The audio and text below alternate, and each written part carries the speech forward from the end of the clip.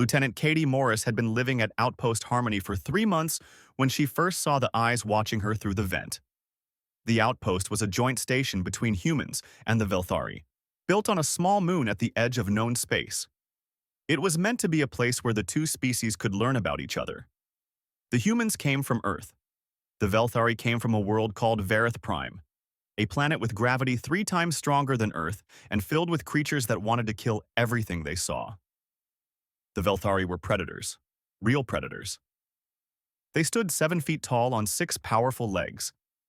Their bodies were covered in dark scales that changed color in the light, sometimes looking black and sometimes looking deep purple or blue. They had 4 eyes that glowed amber in the dark. Their claws could cut through metal like paper. Their teeth were made for tearing meat. Katie had read all about them before she came to the station. She knew they were dangerous. She knew they were proud. She knew that their empire controlled 12 star systems and that their warriors were feared across the galaxy. What she did not know was that their children were curious. There were 4 Velthari cubs on the station. Their names were Reki, Talos, Nisha, and Bryn. Their parents were Ambassador Vorith and her mate Corin, who had come to the station to negotiate trade agreements with the Galactic Coalition. The cubs had come along because Velthari families did not separate, not even for diplomatic missions. The cubs were smaller than the adults, of course. Reki, the oldest, stood about 4 feet tall. Bryn, the youngest, barely reached Katie's waist. But they still had claws. They still had teeth. They still had those 4 glowing eyes that seemed to see everything. On that first night, Katie had just finished her shift in the engineering bay. She was tired. Her muscles hurt from crawling through maintenance tunnels all day, trying to fix a broken air filter. All she wanted was to go to her room and sleep. Her quarters were small but comfortable. She had a bed, a desk, a chair, and a small closet for her clothes. On her bed was her pillow, the one she had brought from Earth. It was nothing special, just a regular pillow with a blue cover that had little white flowers on it. She had bought it at a store in Ohio before she left for the academy 10 years ago. It had traveled with her to 3 different space stations and 2 ships. It smelled like home. Katie sat on the edge of her bed and pulled off her boots. She rubbed her tired feet and yawned. Then she lay back on the pillow and closed her eyes. That was when she heard the sound. It was a small sound, like claws scratching on metal. Katie opened her eyes and looked up at the ceiling. 4 amber eyes stared back at her through the ventilation grate. Katie sat up fast. Her heart jumped in her chest. For a moment, she thought she was in danger. Then she saw how small the eyes were, and she realized it was one of the cubs. The cub did not move. It just watched her with those glowing eyes, blinking slowly. Katie took a breath and tried to calm down. "Can I help you?" she asked. The cub made a sound, a series of clicks and chirps that Katie did not understand. Then it was gone, vanishing into the darkness of the vent system. Katie stared at the empty grate for a long time. Then she shook her head and lay back down on her pillow. Strange, she thought. Very strange. The next morning, she told Sergeant Ben Cooper about it during breakfast. Ben was her friend and her colleague. He worked in the communications department and had been on the station for almost a year. He knew more about the Velthari than anyone else on the human team. "They are just curious," Ben said. He took a bite of his toast and shrugged. "Ambassador Vorith told me that her cubs have never seen humans before. We are probably strange to them?" Katie laughed. "We are strange to them? They have 6 legs and claws that could rip apart a bear. And apparently we have something called pillows." Katie tilted her head. "What do you mean?" "The Velthari do not have soft things," Ben explained.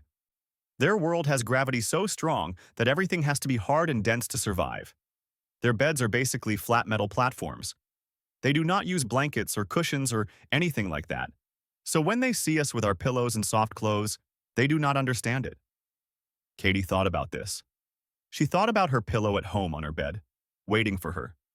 She had never considered that something so simple could be strange to another species. "So the cub was watching me because of my pillow?" she asked. "Probably," Ben said. "Reki has been following the humans around for weeks. He watches us through the vents and takes notes in some kind of journal. I think he's trying to figure out how we work. That is actually kind of cute, Katie admitted. Ben grinned. Do not let Ambassador Voreth hear you say that. The Velthari do not like being called cute. They are proud warriors from a death world. Proud warriors who spy on people through air vents. Proud warriors in training. They both laughed at that. Later that day, Katie went back to her quarters to grab a toolkit she had forgotten. She opened her door and stopped. Her pillow was in a different position than she had left it. Katie walked to her bed slowly. The pillow was still there, but it was turned around. The side that had been facing up was now facing down, and there was something on the surface, something that caught the light. She leaned closer and saw that it was a single dark scale, small and shiny, caught in the fabric of the pillow cover. One of the cubs had been in her room. One of the cubs had touched her pillow. Katie picked up the scale carefully and held it to the light. It was beautiful, really. The colors shifted from black to purple to deep blue as she turned it. She should have been angry. Someone had entered her private quarters without permission. Someone had touched her personal belongings. On any other station, this would be a serious problem. But Katie was not angry. She was curious. Why would a cub from a species of apex predators care about a pillow? What was so interesting about a soft rectangle filled with synthetic fiber? She put the scale in her pocket and made a decision. She would not report this. She would not make trouble for the cubs or their parents. Instead, she would watch and wait. She wanted to know what happened next. That night, Katie went to bed as usual. But this time, she left the ventilation grate slightly open. And this time, she only pretended to sleep. It took 2 hours before she heard the sound of claws on metal. She kept her eyes closed and her breathing slow. She listened as the grate moved and something small dropped down into her room. There was silence for a long moment. Then she heard soft footsteps approaching her bed. Katie could feel her heart beating fast, but she did not move. She stayed still and waited. Something touched her pillow. It was a gentle touch, barely there. Then she heard a sound, a soft chirp that almost sounded like wonder. Katie opened her eyes. The cub called Bryn was standing next to her bed. She was the smallest of the 4 cubs, with scales that were more blue than black and eyes that were brighter than the others. Her paw was pressed against Katie's pillow, and her face showed an expression that Katie had never seen on a Velthari before. It was amazement. Bryn saw that Katie was awake and froze. Her eyes went wide. For a moment, neither of them moved. Then Katie smiled. It is soft, is it not? Bryn stared at her. She did not run. She did not attack. She just stood there, her paw still on the pillow, and slowly nodded her small head. You can touch it, Katie said softly. I do not mind. Bryn pressed her paw deeper into the pillow. She watched as the fabric gave way under her touch and then slowly returned to its shape when she lifted her paw. She made a clicking sound that Katie thought might be surprise. On my world, Katie said, we have many soft things. Pillows, blankets, stuffed animals for children. We like to be comfortable when we rest. Bryn tilted her head. She spoke in her own language, a series of clicks and chirps that Katie could not understand.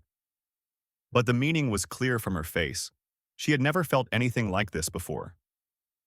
Katie reached over slowly and patted the bed next to her. Would you like to sit down? Bryn hesitated. She looked at the door, then at the vent, then back at Katie. Finally, she made her decision. She climbed onto the bed and sat next to the pillow. Her small body was warm against Katie's side. Her scales were smooth and surprisingly pleasant to touch. They sat together in silence for a long time. And somewhere in the vents above, 3 other pairs of amber eyes watched with growing curiosity. The cubs held their meeting in the junction point of the heating ducts above the mess hall. It was their favorite spot. The warm air from below kept them comfortable, and the metal walls carried sound from all over the station. They could hear humans talking, machines working, and doors opening and closing. It was the perfect place for young predators to learn about their environment. Reki was the first to arrive. He was the oldest of the 4 cubs and therefore the leader of their small group. His scales were darker than the others, almost pure black, and his eyes burned with an intelligence that made even adult Velthari take notice. He sat in the center of the junction and waited for his siblings. Talos came next. He was bigger than Reki but younger by half a cycle. His strength was his greatest gift. Even at his young age, he could already pin down prey twice his size. But strength was not what made him valuable to the group. Talos had patience. He could watch and wait for hours without moving. Nisha arrived third. She was the only female among the three older cubs, and she was the smartest. She had already learned to read human writing and could understand most of what the humans said when they spoke. Her scales had a blue tint that made her look almost beautiful in certain lights. Their mother said she would grow to be a great leader someday. Finally, Bryn climbed through the vent. She was the youngest and the smallest, barely old enough to join the others on their adventures. But she was also the bravest.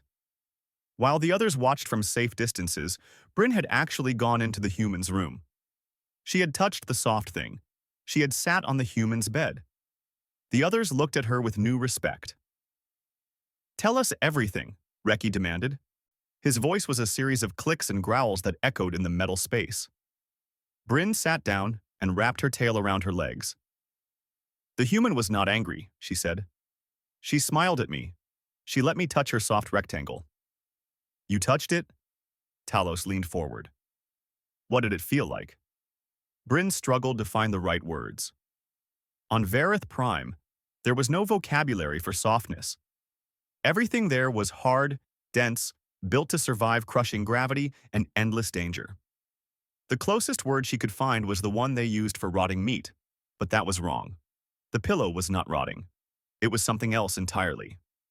"It gives way," she finally said. "When you push on it, it moves. But then it comes back. It holds its shape but accepts your touch.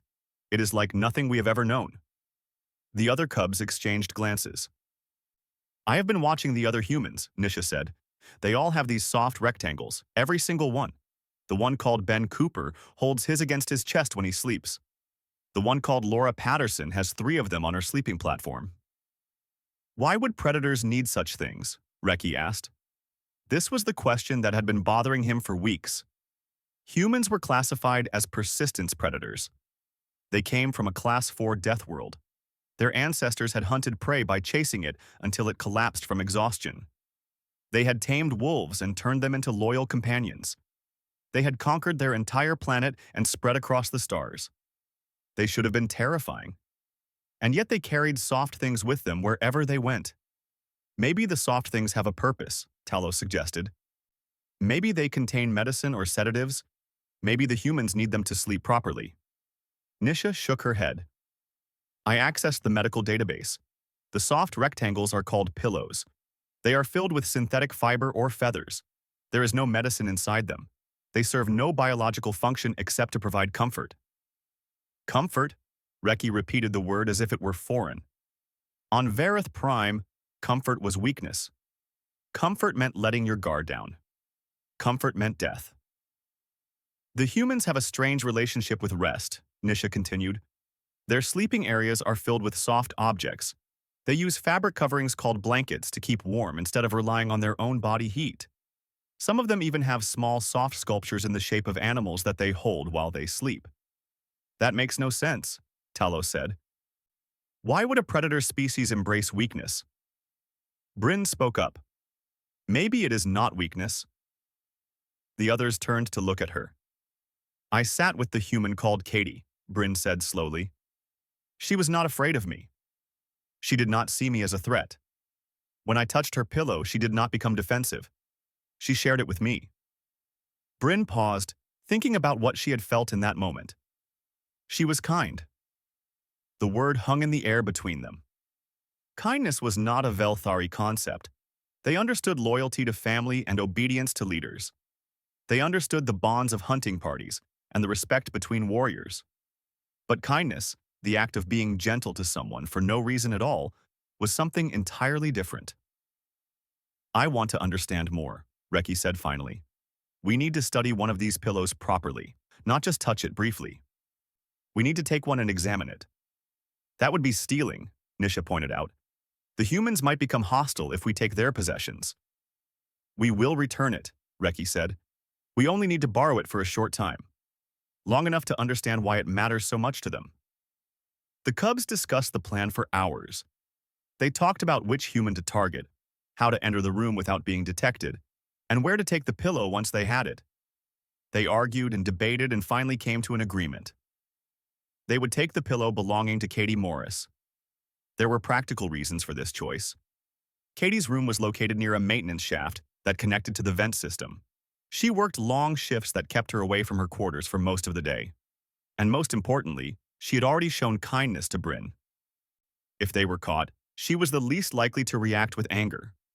Over the next 6 days, the cubs watched and waited. They learned Katie's schedule by heart. They knew when she woke up, when she ate breakfast, when she went to work, and when she returned home. They mapped every route from her room to their secret meeting place. Reki took detailed notes in his journal. Talos practiced moving silently through the vents. Nisha studied the door sensors and figured out how to disable them temporarily. Bryn just watched Katie through the grates, fascinated by everything the human did. She watched Katie read books on her computer tablet. She watched Katie talk to herself when she thought she was alone. She watched Katie hold her pillow against her chest when she received bad news from home, a message about a sick family member back on Earth. The pillow seemed to comfort her. It seemed to make her feel safe. Bryn did not understand this. On Verith Prime, safety came from strength. It came from sharp claws and fast reflexes, and the ability to kill anything that threatened you. Safety did not come from soft objects. But watching Katie, Bryn began to wonder if maybe the humans knew something that the Velthari did not. On the 6th day, the opportunity finally came. An alarm sounded across the station. A coolant pipe had burst in the eastern wing, and all available personnel were needed to help with repairs. Katie grabbed her toolkit and ran out of her room without even closing the door properly. Reki gave the signal. The cubs moved with the silent precision of their hunting ancestors. Reki reached the door first and used his claw to disable the sensor. Talos stood guard at the corner of the corridor, watching for approaching humans. Nisha and Bryn slipped inside. The room was small and filled with strange smells, human smells, soap and sweat and something warm and alive that Bryn had never encountered before. She paused for a moment, breathing it in. "Focus," Nisha whispered. "We do not have much time." They approached the bed. The pillow sat there, innocent and inviting, its blue cover bright against the white sheets. Bryn reached out and pressed her paw against it. The sensation was exactly as she remembered. Soft, yielding. Perfect. "Help me carry it," she said. Together, the two cubs grabbed the pillow in their jaws. They were careful to retract their fangs completely so they would not tear the fabric. The pillow was larger than they had expected, awkward to carry, but they managed. Reki's eyes went wide when he saw them emerge from the room. "You actually took it?" "We are borrowing it," Bryn said, her voice muffled by the fabric. "Now help us get it to the garden." "The garden? Why the garden?" "Because it is warm there, and there are plants, and nobody goes there at night." Bryn started moving toward the maintenance shaft. "Come on, we need to hurry before the humans return." The cubs carried the pillow through the vent system, taking turns when their jaws got tired. It took them almost an hour to reach the biodome, the station's central garden that contained plants from a dozen different worlds. They found a spot beneath a large earth tree that the human called Ben had insisted on planting. The ground was covered with soft moss, and the air smelled of flowers and growing things. It was the most comfortable place on the entire station. Bryn placed the pillow on the ground and lay down beside it. She rested her head on the soft surface and closed her eyes. The sensation was incredible. Better than anything she had ever felt before. Her muscles relaxed, her breathing slowed. The constant tension that she carried in her body, the tension that every Velthari carried from the moment of birth, began to melt away. "You have to try this," she whispered. One by one, the other cubs lay down beside her. They arranged themselves around the pillow, each one maintaining contact with either Bryn or the soft fabric or both. Their bodies pressed together, scales against scales, warmth shared between them. For the first time in their lives, they slept without fear. And in the morning, when the humans found them, everything would change. The garden biodome was dark and quiet when the cubs settled down to sleep. Above them, the artificial sky showed a simulation of a star field, programmed to look like the view from Earth at night. The humans had requested this feature. They said it helped them feel less alone in the void of space. The Velthari did not understand this need, but they allowed it because it cost nothing and made the humans happy. Bryn lay with her head on the pillow, feeling the strange softness press against her scales. It was the most unusual sensation she had ever experienced. On Vareth Prime, the ground was hard rock. The trees had bark like stone. Even the plants were tough and rigid, evolved to survive in crushing gravity. Nothing was soft. Nothing gave way. But this pillow gave way. It accepted her weight and molded itself around her head like it was trying to hold her gently. It made her feel something she had no word for. "Move over," Talos said. "I want to feel it too."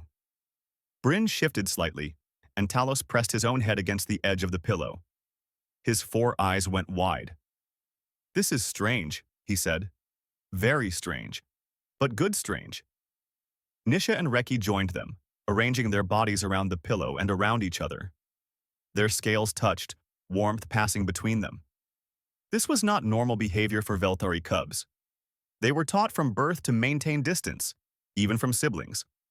Physical contact meant vulnerability. Vulnerability meant danger. But here, in this garden, surrounded by earth plants and alien flowers, the old rules seemed to fade away. "Why do you think the humans need these things?" Talos asked quietly.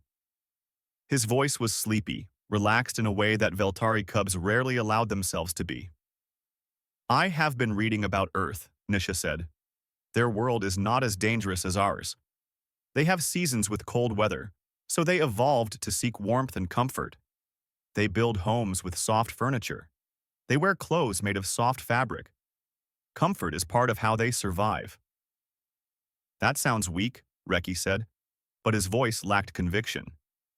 The pillow was doing something to him, relaxing muscles that had been tense since his birth. "The humans are not weak," Bryn said. "Katie told me about Earth. Her ancestors fought giant animals with nothing but pointed sticks. They walked across frozen lands to find food. They tamed wolves and made them into companions. They went to war with each other for thousands of years." She paused. "And after all of that, they decided that comfort was important enough to carry across the stars." The cubs thought about this. "Maybe comfort is not weakness," Nisha said slowly. "Maybe it is what they give themselves after surviving difficult things, a reward for enduring." "Or maybe," Bryn said, "it is what gives them strength to endure in the first place." Nobody responded to this, but nobody argued either. The hours passed. The artificial stars moved slowly across the dome's ceiling, mimicking the rotation of a planet they had never seen. The air grew cooler, and the cubs pressed closer together without thinking about it. Bryn dreamed. In her dream, she was back on Vareth Prime. She was running through the stone forests, her claws clicking against hard ground. Something was chasing her, something bigger and faster and more dangerous than herself. She ran and ran, but she could not escape. Then something changed. The ground beneath her feet became soft. The trees around her bent and yielded instead of standing rigid. The thing chasing her lost its footing and fell behind. Bryn stopped running. She lay down on the soft ground and closed her eyes. The warmth surrounded her. The fear faded away. When she woke up, the garden lights were beginning to brighten with simulated dawn. She was still lying on the pillow, still surrounded by her siblings. Their bodies were tangled together in a way that would have horrified their parents. Tails wrapped around legs, paws resting on backs. Heads pressed close together. It was the most comfortable Bryn had ever been. "We should go back," Reki said. His voice was groggy. "The humans will wake up soon. They will notice the pillow is missing." "Just a little longer," Talos mumbled. He did not open his eyes. "This feels too good."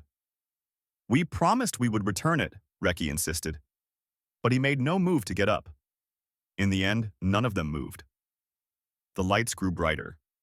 The simulated birds began to sing their morning songs, and the cubs stayed where they were, wrapped around the pillow and around each other, too comfortable to care about consequences. That was how the humans found them. Katie Morris had woken up early that morning. She had fallen asleep on the floor of the engineering bay, too tired to walk back to her quarters after the coolant crisis was resolved. When she finally returned to her room, she noticed immediately that something was wrong. Her pillow was gone.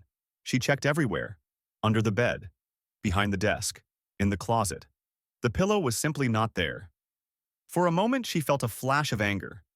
Someone had taken her property. Someone had violated her private space.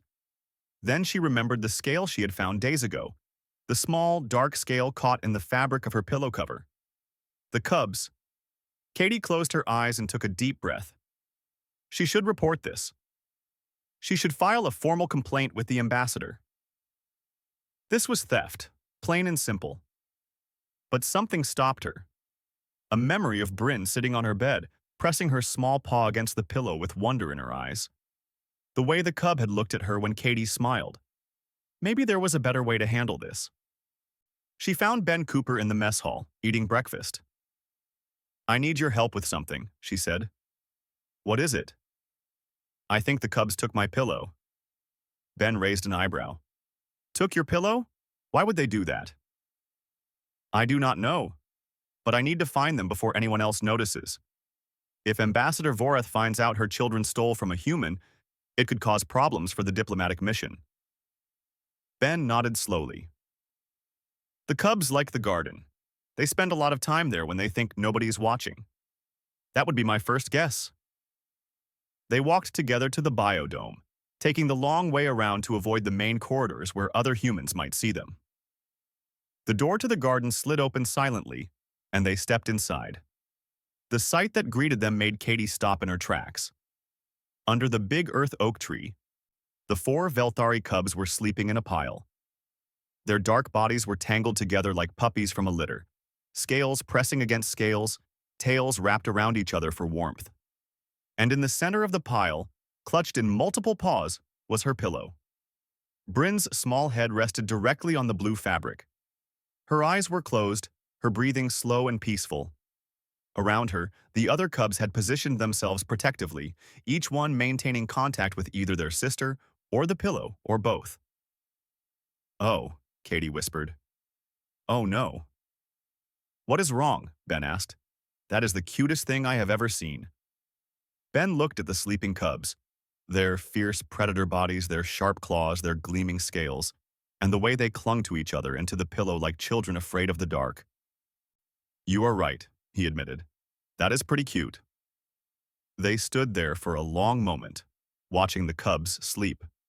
Katie thought about what Ben had told her, about how the Velthari did not have soft things, about how their world was hard and dangerous and did not allow for comfort.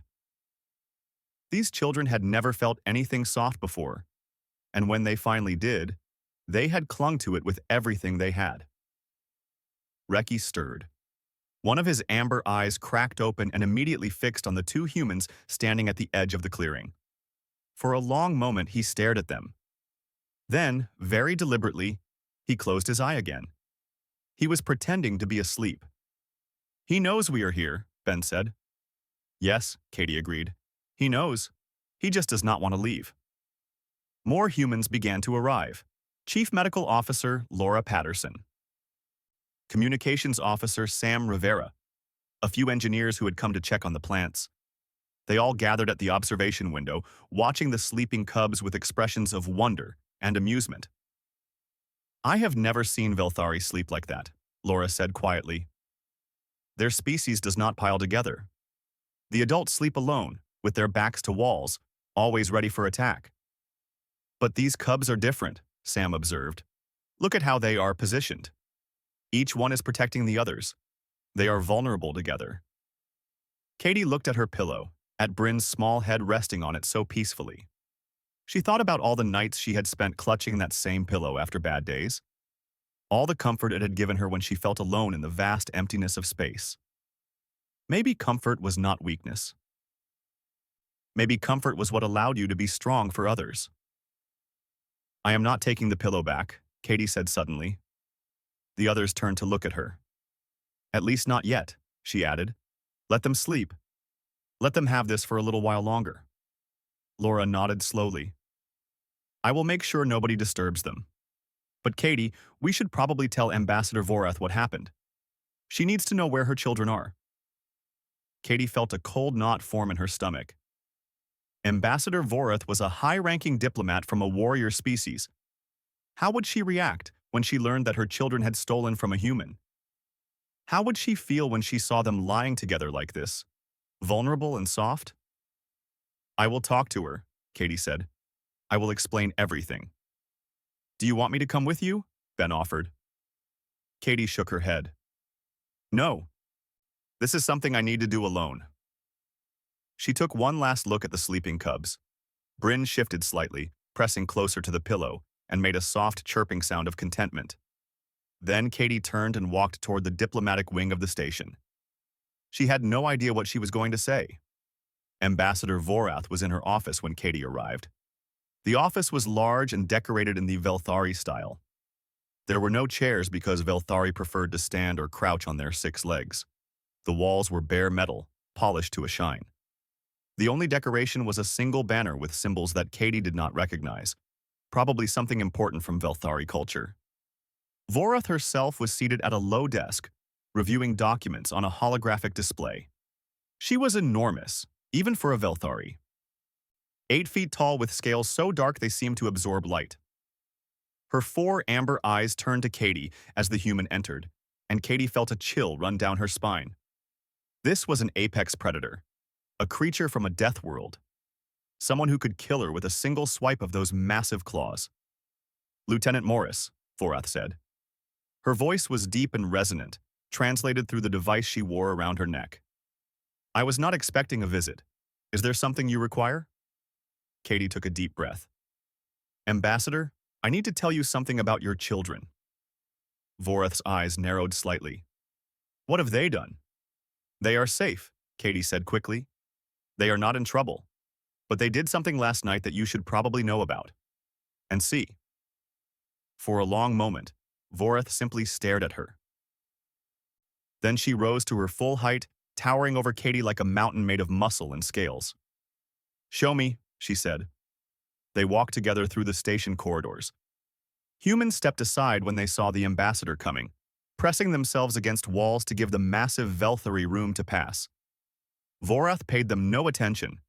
Her focus was entirely on the path ahead. Your children have been curious about humans, Katie said as they walked, especially about some of our customs and belongings. One of them, Bryn, came to my quarters a few days ago. She was interested in my pillow. Your pillow, Vorath repeated. The word sounded strange in her translated voice, as if the concept itself was unfamiliar. It is a soft object that we use for sleeping. We rest our heads on it. Katie hesitated. Bryn was fascinated by it. She had never felt anything soft before. Vorath made a sound that might have been agreement or might have been disapproval. Katie could not tell. They reached the biodome entrance. Katie stopped before opening the door. Ambassador, what you are about to see might be surprising. I want you to know that your children are safe and healthy. They did take something from me without permission, but I am not angry. I just thought you should know. Vorath looked down at her with those 4 glowing eyes. You are nervous, Lieutenant Morris. Why? Because I do not know how you will react. My children are young, they make mistakes. I do not punish curiosity. Vorath moved past Katie and placed her massive paw on the door panel. Open this. The door slid open. The garden was filled with morning light now. The artificial sun simulating a beautiful Earth day. Birds sang in the trees. Flowers bloomed in carefully arranged beds. And under the big oak tree, surrounded by a small crowd of watching humans, the 4 Velthari cubs were still sleeping. Vorath froze. Katie watched the ambassador's face carefully, trying to read her expression. But Velthari faces were different from human faces, and she could not tell what emotions were passing behind those amber eyes. The cubs had shifted slightly since Katie had left. They were even more tangled now, their bodies pressed together so tightly that it was hard to tell where one cub ended and another began. The pillow was still in the center, Bryn's head still resting on its soft surface. The other cubs had arranged themselves around her in a protective circle. "This is not possible," Vorath whispered. Her voice was so quiet that Katie almost did not hear it. The translator device struggled to convey the emotion behind the words. "Ambassador?" Katie stepped closer. "Are you all right?" Vorath did not answer. She moved forward slowly, her 6 legs carrying her toward the tree with a grace that seemed wrong for such a large creature. The watching humans parted to let her through, their faces showing worry and curiosity. Vorath stopped at the edge of the clearing, looking down at her sleeping children. "Velthari do not sleep like this," she said. Her voice was still quiet, but now there was something else in it. Something that might have been wonder. "We do not touch when we rest. We do not show vulnerability to others, even family. From the moment we are born, we learn to guard ourselves. To trust nothing and no one." Katie came to stand beside her. "But your children are touching." "Yes." Vorath's eyes moved across the pile of sleeping cubs. "They are protecting each other. Each one has positioned themselves to guard the others from potential threats. Reki is covering the approach from the east.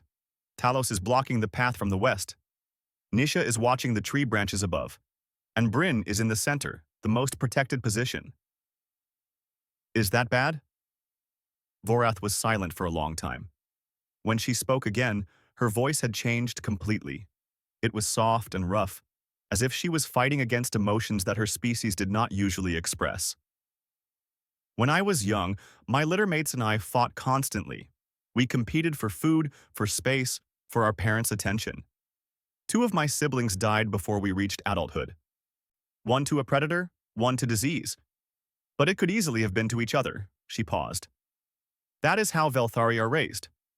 We learn that the universe is dangerous and that survival comes only through strength. We learn that weakness is death." "But your children chose differently," Katie said. "Yes." Vorath turned to look at her. All 4 of her eyes were bright with something that looked almost like tears. "They chose trust. They chose connection. They chose to be weak together instead of strong alone." "Is that wrong?" Vorath made a sound that Katie had never heard of Velthari make before. It was almost like a laugh, but deeper and more sorrowful. "Lieutenant Morris, do you know why the Velthari are so interested in humans? Why we pursued this diplomatic relationship despite the objections of our war council?" Katie shook her head. "Because you survive in ways we do not understand." Vorath gestured toward the sleeping cubs with one massive paw. "Look at what your pillow has done. One small soft object, and my children have discovered something that our species has never known. They have learned that safety can come from connection.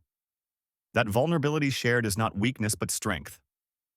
Katie looked at the cubs, at Bryn's peaceful face resting on her pillow, at the way they clung to each other without fear. "We brought pillows because we like being comfortable," she said. "It was not meant to be a lesson." "Perhaps that is what makes it so powerful." Vorath sat down slowly, lowering her massive body until she was at eye level with Katie. "Humans do not see comfort as a reward for strength. You see it as a right. You carry softness with you across the stars because you believe that every moment of peace is worth having, even in the darkness of space." Katie did not know what to say. She had never thought about it that way. "My children took your pillow," Vorath continued. "They entered your quarters without permission. They committed theft. By Velthari law, they should be punished." Katie felt a flash of concern. "Ambassador, I do not want them to be punished. I am not angry. I think what happened is beautiful." "I agree," Vorath's voice was firm. "And that is why there will be no punishment. Instead, there will be a gift." "A gift?" Vorath rose to her full height again. "When the next supply ship arrives, I want you to order more of these pillows. As many as you can. Different sizes, different types.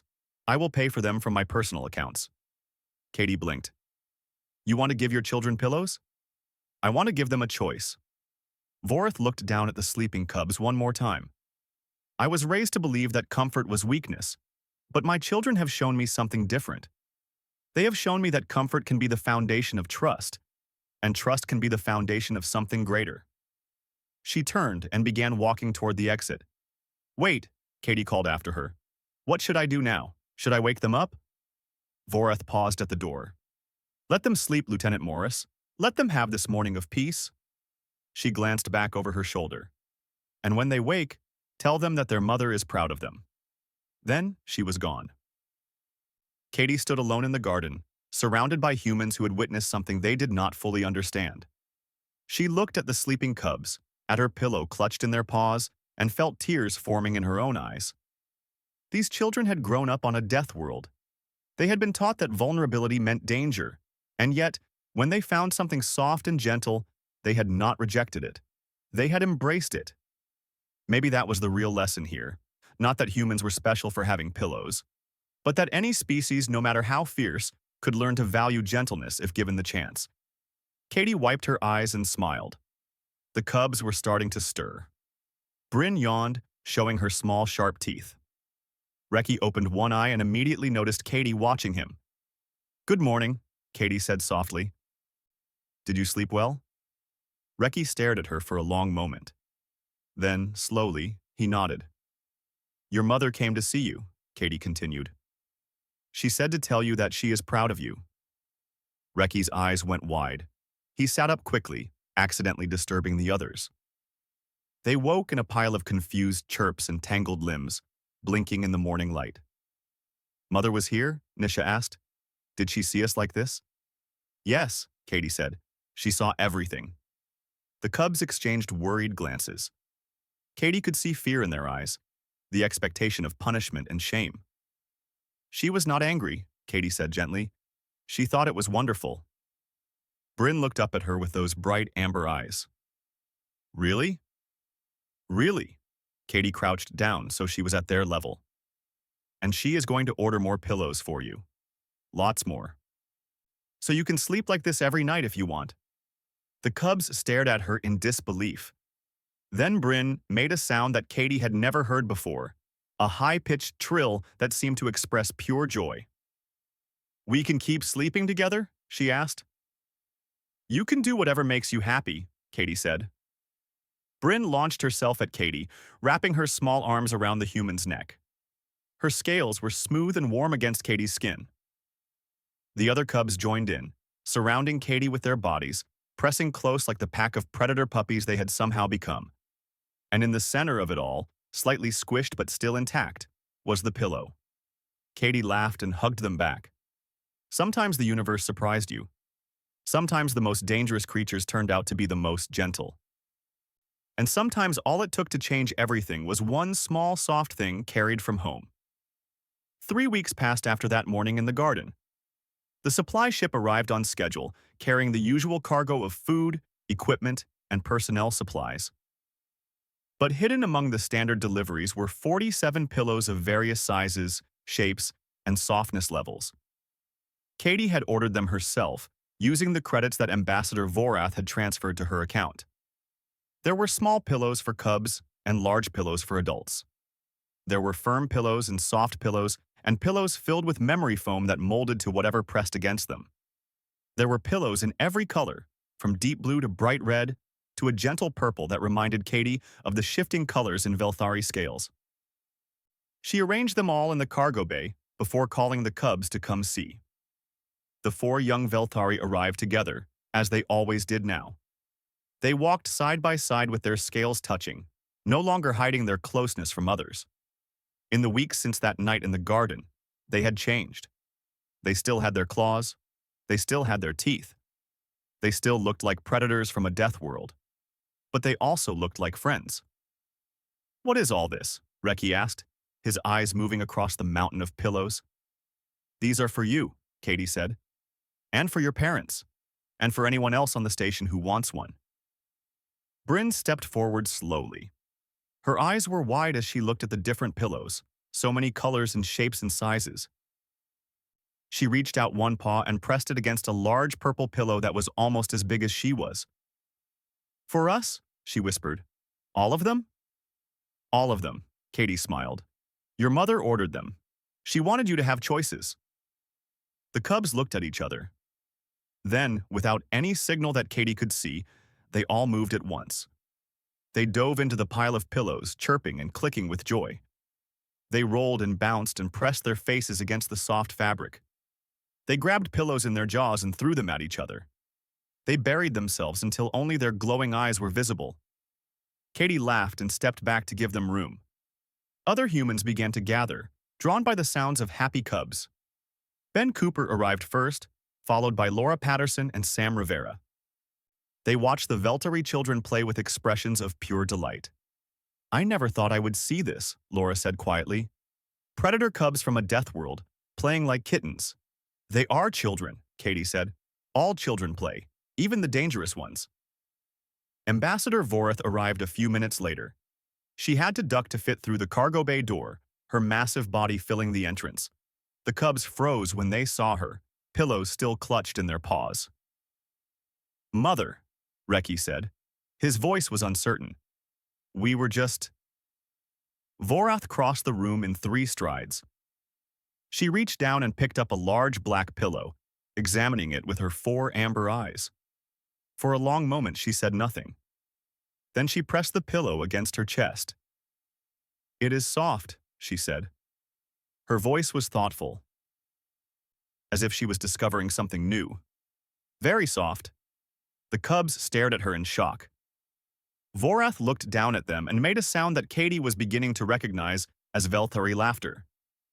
"Did you think you were the only ones who could appreciate comfort? I may be old, but I am not beyond learning new things." She lowered herself to the ground, settling her massive body onto a pile of pillows. They shifted and adjusted around her, conforming to her shape. Her eyes closed halfway, and she made a deep rumbling sound of satisfaction. "This is acceptable," she said. "More than acceptable." The cubs exchanged glances. Then Bryn ran forward and threw herself against her mother's side, pressing close to the familiar warmth of her scales. The others followed, piling around Vorath and their pillows until the whole family was tangled together in a heap. Katie felt tears forming in her eyes again. She tried to wipe them away before anyone noticed. "You are crying," Ben said beside her. "Are you all right?" "I am fine," Katie sniffed. "It is just... look at them. A few weeks ago, they would not even sleep in the same room. Now they are cuddling like a pile of cats." "It is remarkable," Ben agreed. "I have been sending reports to the xenobiology department back on Earth. They are very interested in how quickly the Velthari are adapting to new comfort behaviors." "Adapting is the wrong word," Laura said. She had moved closer to watch the Velthari family. "They are not learning something new. They are remembering something old. Something their species lost long ago." "What do you mean?" Katie asked. Laura pointed at the pile of sleeping Velthari. "Look at how natural it is for them. The cubs started doing this after one night with a pillow." Ambassador Vorath accepted it immediately. "There is no struggle, no resistance. It is like some part of them has always wanted to be this way, but never had the chance." Katie thought about this. She thought about Varith Prime, with its crushing gravity and endless danger. She thought about generations of Velthari who had never known softness, who had been taught that comfort was weakness, who had spent their whole lives alone even when surrounded by family. And she thought about one small pillow that had changed everything. "Lieutenant Morris." Katie turned to see Vorath watching her from the pile of pillows. The ambassador's eyes were soft, gentle in a way that Katie had never seen before. "Ambassador? Come here, please." Katie hesitated. "Are you sure? I do not want to intrude." "You are not intruding." Vorath extended one massive paw in invitation. "You are part of this. Without you, none of it would have happened." Katie walked forward slowly. The cubs shifted to make room for her, chirping welcomes. She found a spot next to Bryn and sat down carefully. The pillow beneath her was incredibly comfortable. The warmth from the Velthari bodies surrounded her like a blanket. She felt herself relaxing despite her nervousness. "I have been thinking about what you taught me," Vorath said. Her voice was quiet, meant only for Katie's ears. "About comfort and softness and why humans carry these things with them." "I did not mean to teach you anything," Katie said. "I just had a pillow." Sometimes the greatest lessons are the ones we do not mean to give. Vorath was silent for a moment. On my world, we have a saying, the strongest warrior stands alone. It means that true strength requires isolation, that depending on others makes you weak. Katie nodded. We have similar sayings on Earth, but we also have others, like no man is an island. What does that mean? It means that nobody can survive completely alone. We all need others. We all need connection. Katie looked at the cubs, at the way they pressed against their mother and against each other. We all need softness sometimes. Vorath made that rumbling sound again, the one that might have been agreement or might have been something deeper. I am going to take your words back to Vareth Prime, she said. When the negotiations are finished, when we return home, I am going to tell my people about the humans and their pillows. I am going to tell them what I have learned here. Do you think they will listen? Some will. Some will not. Vorath's eyes moved to her children. But I will make sure these four remember. I will make sure they grow up knowing that strength and softness can exist together. That connection is not weakness. Bryn stirred against Katie's side. Are we going home soon, Mother? Not yet, little one. We have more work to do here. Vorath reached down and stroked her daughter's head with surprising gentleness. But when we do go home, we will bring some of these pillows with us. Many of these pillows? Bryn's eyes lit up. Really? Really? Your siblings on Vareth Prime should have the chance to feel what you have felt. To learn what you have learned. Katie smiled at the thought. More Velthari cubs discovering softness. More predator children learning that comfort was not weakness.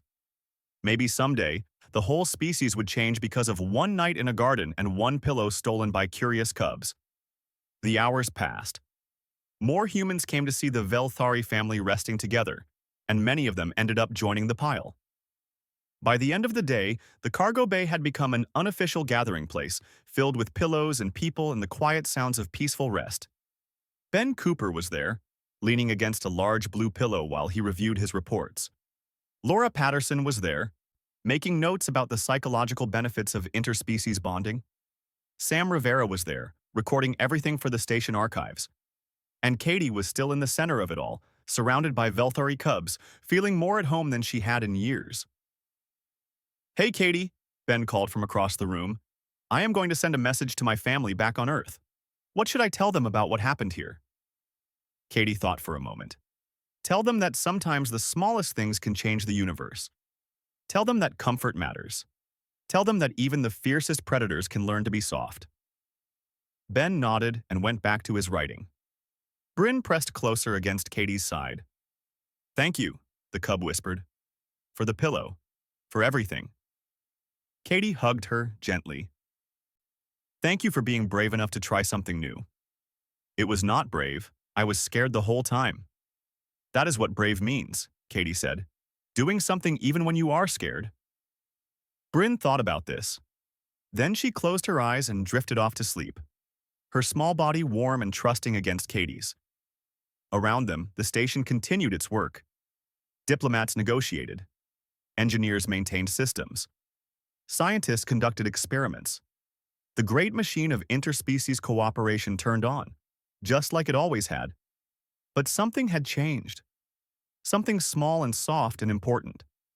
The humans had brought comfort to the stars, and the stars had accepted the gift.